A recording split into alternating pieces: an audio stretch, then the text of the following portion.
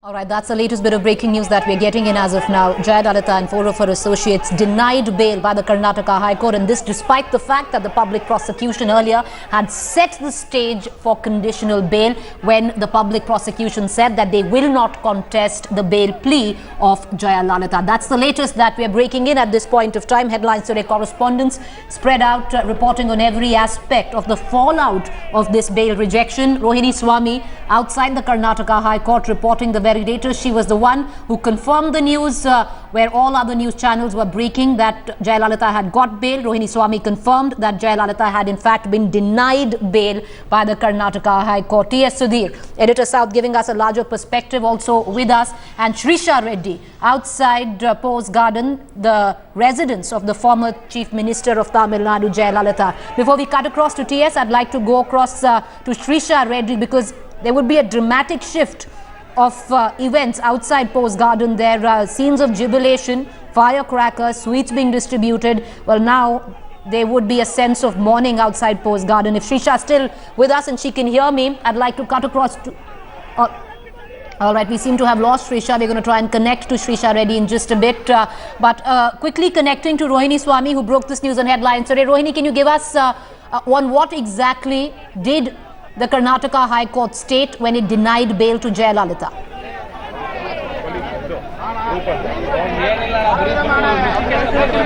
Rohini, can you hear me?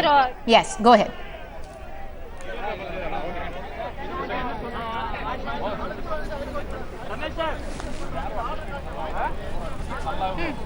All right, we seem to have lost our connection with Rohini. We're going to try and rebuild that, but would like to cut across to T.S. Sudhir. T.S. Sudhir, our editor South, is with us. We also have our executive editor Javed Ansari, who's in the studio with us to give us a larger perspective on what could be the political implications of this in the state of Tamil Nadu. But I'd like to cut across to T.S. Sudhir first. T.S., dramatic developments over the course of the last 1 hour, and congratulations for your team which held on to the news right till the very end, where other channels jumped the gun.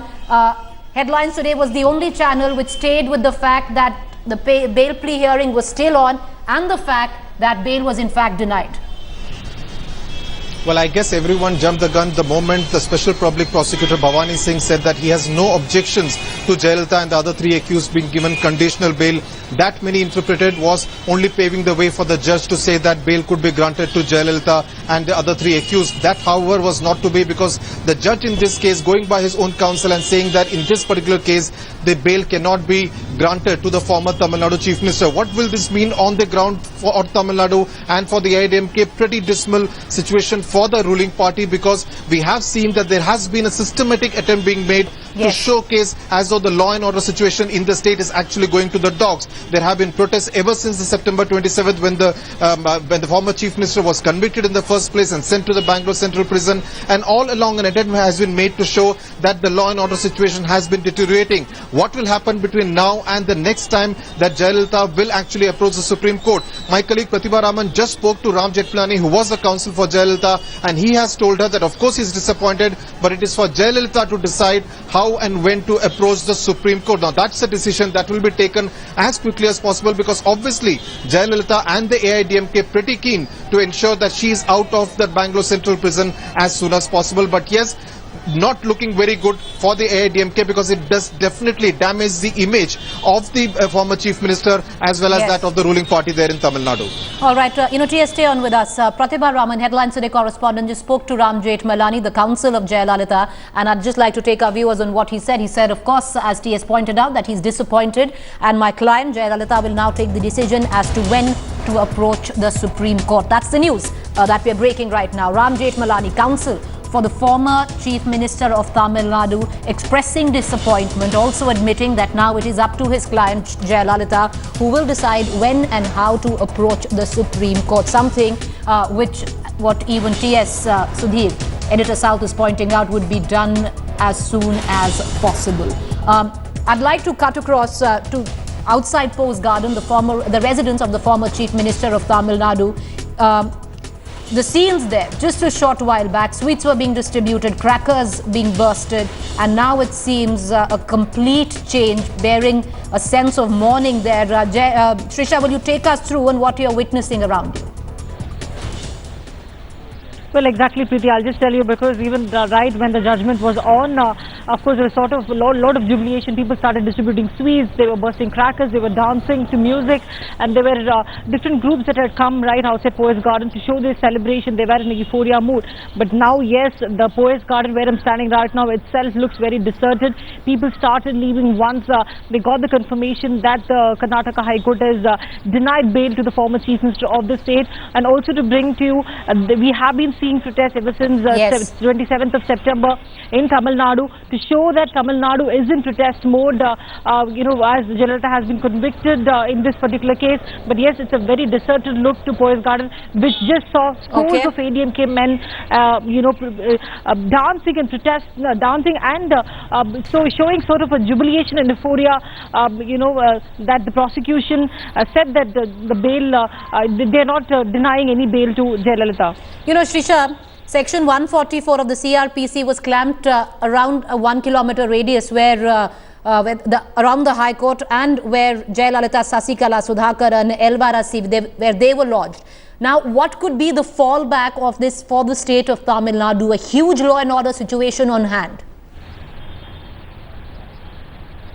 Well, this is one particular news that the opposition has been looking into, and also criticizing the Chennai police and Tamil Nadu police for not acting in the way that they would have acted in any other cases, because the PMK is accused the Chennai police for being a mute spectator and allowing the protest to take place, because when you walk into any street in Chennai from 27th of September till today, you can see protests that are happening, be it Tamil Film Fraternity or be it Traders Union, or today the Traders Union in Coimbatore went on a huge hunger strike, and this is something that Tamil Nadu has not witnessed in the recent past, or be it for any other cases.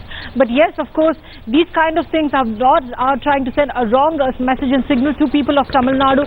But yes, the way Tamil Nadu is, of course, the opposition have not spared the AIADMK party and the Chennai police for making things worse on ground.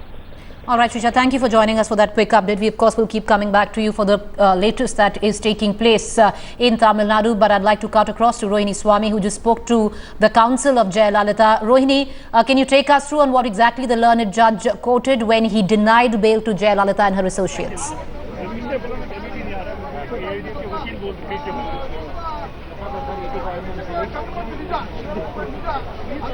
Rohini, can you hear me? Yes, Preeti. Rohini, just take us through on what the learned judge of the Karnataka High Court said when he denied bail to Jayalalithaa and her associates. Preeti, the whole thing is what happened inside court. Our colleague Pratibha Raman was there, and she was the one who gave the confirmation saying bail has been denied. Pratibha, what did the judge say? What is the reasons and the conditions for denying bail? Well, in fact, there was a lot of hope, especially when the public prosecutor got up and he said there were no objections in terms of granting conditional bail. But then the judge did mention the fact that there were not enough grounds to grant the bail, number one. Number two is that in such cases of corruption, it could lead to economic offences. That was number two. And it also is a case of human rights violation when it comes to Prevention of Corruption Act. And number three was the fact that the judge did feel that in this particular case there was no parity, and in fact Mr. Jethmalani, while arguing for the case, he did mention, he did take in reference to Mr. Lalu Prasad Yadav, saying that they first initially went to the High Court and then went to the Supreme Court, but the judge did reason with the fact that there was no parity, and in this case there would be. Mr. Ram Jethmalani, now when I asked him, that is what I wanted to ask you. One reason, before I get to Mr. Ram Jethmalani, what is the kind of body language of the judge? Was because largely it is known after Justice Michael Dacunia, this possibly the reason of petitioning in High Court also was that they could possibly look at leniency. How did the judge respond? What is the kind of body language also that you see, and how did you describe the courtroom and the atmosphere inside?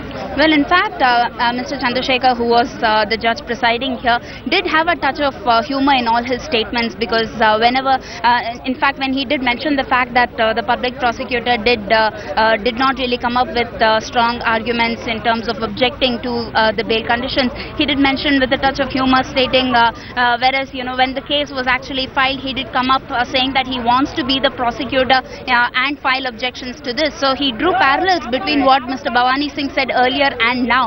So that was the kind of humorous touch that Mr. Chandrasekhar really portrayed. But then it was in direct contrast to what Mr. Jayalalithaa did have, because when he walked out, there was an air of sorrow, an air of disappointment as he walked out. And off camera, I did ask him whether what would be his next step and whether he would approach the Supreme Court. But then he did mention that the decision is left to the client and not him. So we'll have to wait and see. But the appeal in the case of a stay on conviction would still be argued at the High Court. Was it a very disappointed Ram Jethmalani you were speaking to? But the arguments that were put forth also in terms of, he was saying that one thing that the special prosecutor also said, that she could possibly flee the country, and then he objected, saying that she has attended every single case, so there is no point in that. These kind of arguments also was looked as a judge as weak argument?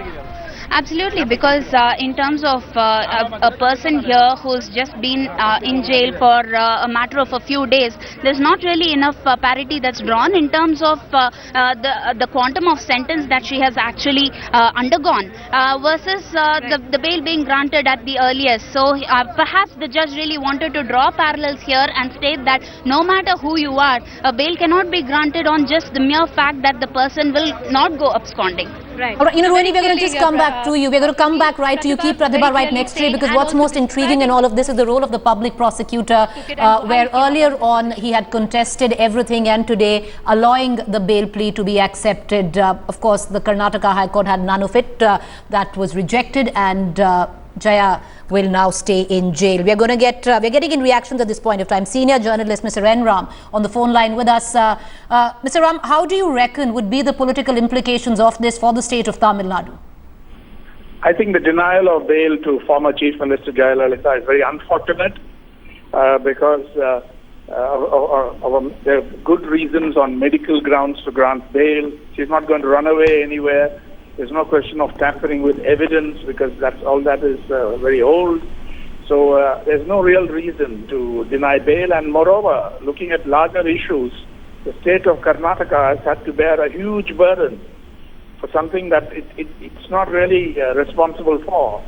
It's just that the Supreme Court ordered the transfer of the case, and although it's going to be compensated in monetary terms, according to the judgment, I think this is very unfair to Karnataka. And bail is always conditional in such cases, and so I think there's no real reason for denying bail to former Chief Minister Jayalalithaa on medical grounds, and also on I think another factor is, by all accounts, I read a statement from the jail superintendent. She has been an exemplary prisoner, making no excessive demands and so on.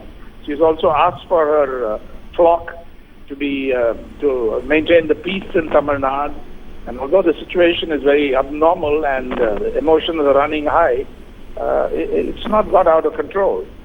Although it looks very strange for people from outside to look at it, these emotions are real.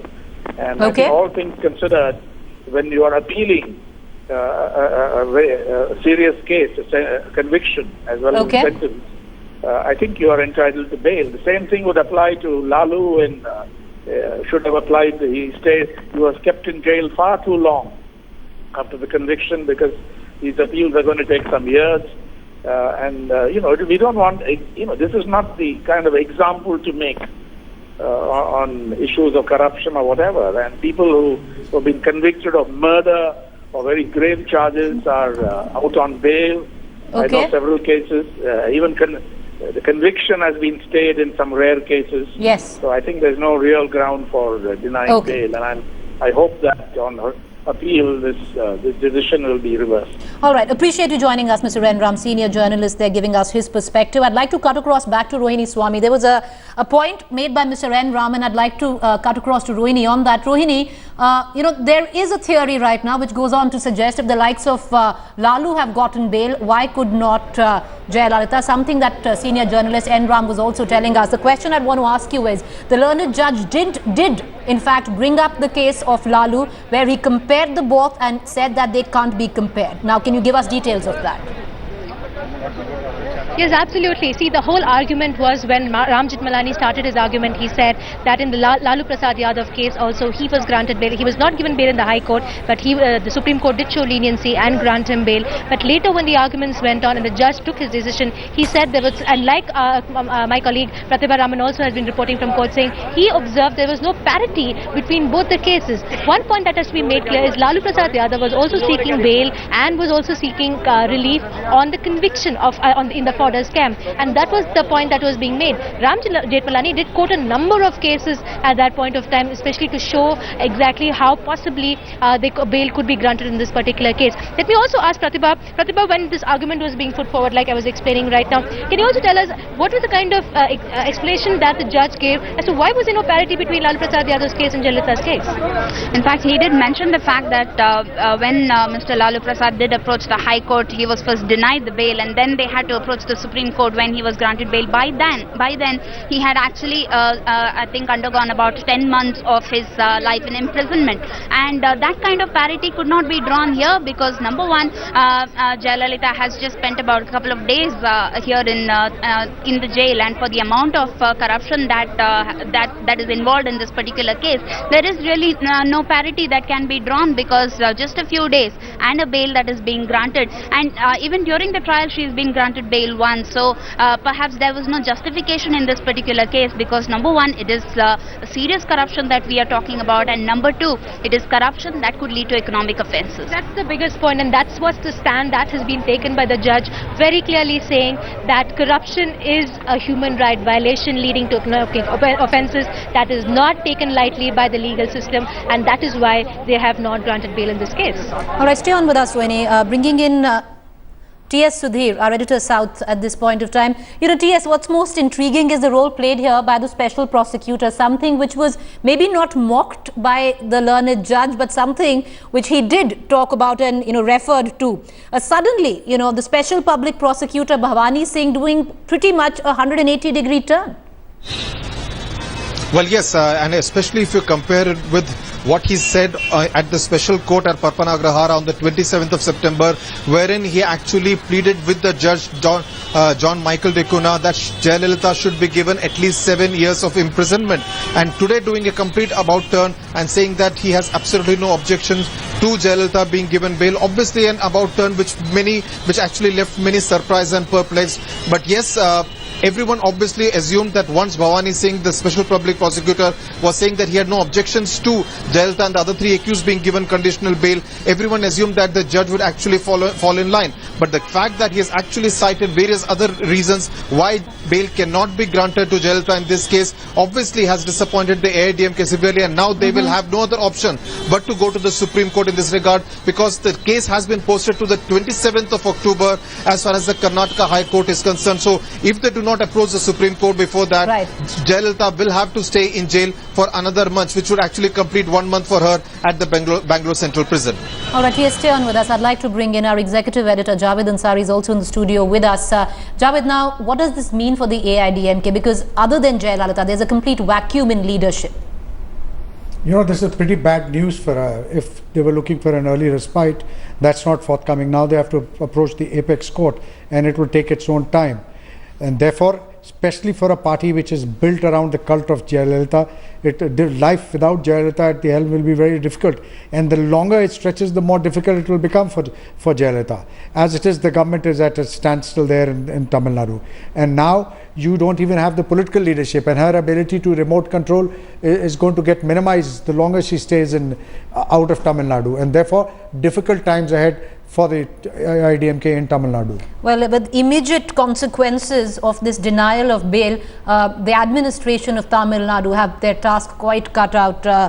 Reports coming in of various skirmishes that have already started erupting in the state of Tamil Nadu, and expectedly so at the back of Jayalalithaa being denied bail. There was a fair bit of confusion earlier, and it was pretty much set by the public prosecutor when he came out and said that he will not contest the bail plea of the former Chief Minister of Tamil Nadu. Celebrations broke out across the state. You could see the impassioned cadre of the AIADMK celebrating, but the operative line came in by the Karnataka High Court judge, which said very clearly that there was no reason to give bail to the former Chief Minister of Tamil Nadu. And tracking those developments is my colleague Shrisha Reddy, who is joining us right outside the residence of the former Tamil Nadu Chief Minister.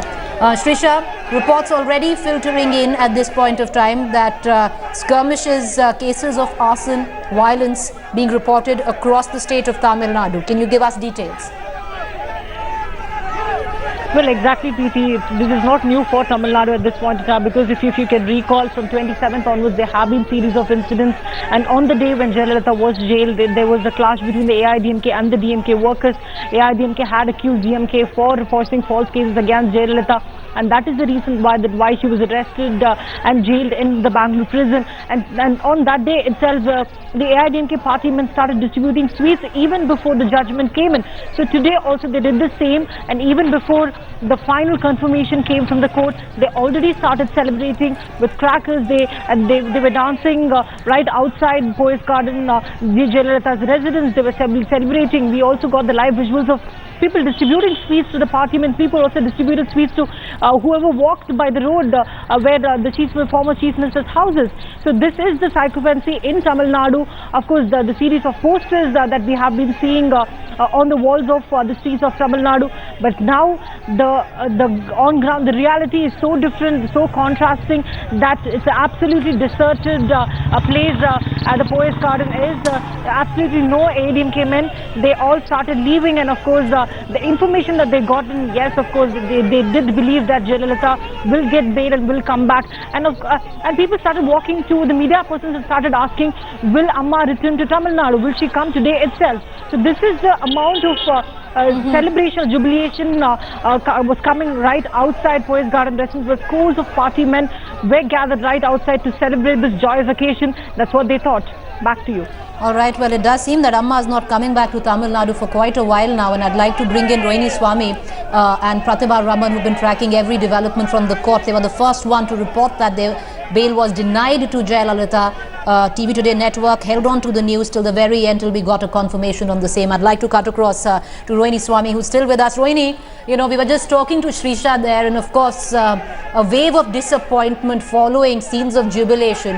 The question I want to ask you, Rohini, right now, it does seem that Jayalalithaa will pretty much spend Diwali in jail. I'm sorry, could you please repeat your question? Rohini, in all probability, we are looking that at least a month is what Jayalalithaa will spend in jail. Especially now we are looking at Diwali. Well, see, the point is that... Yes.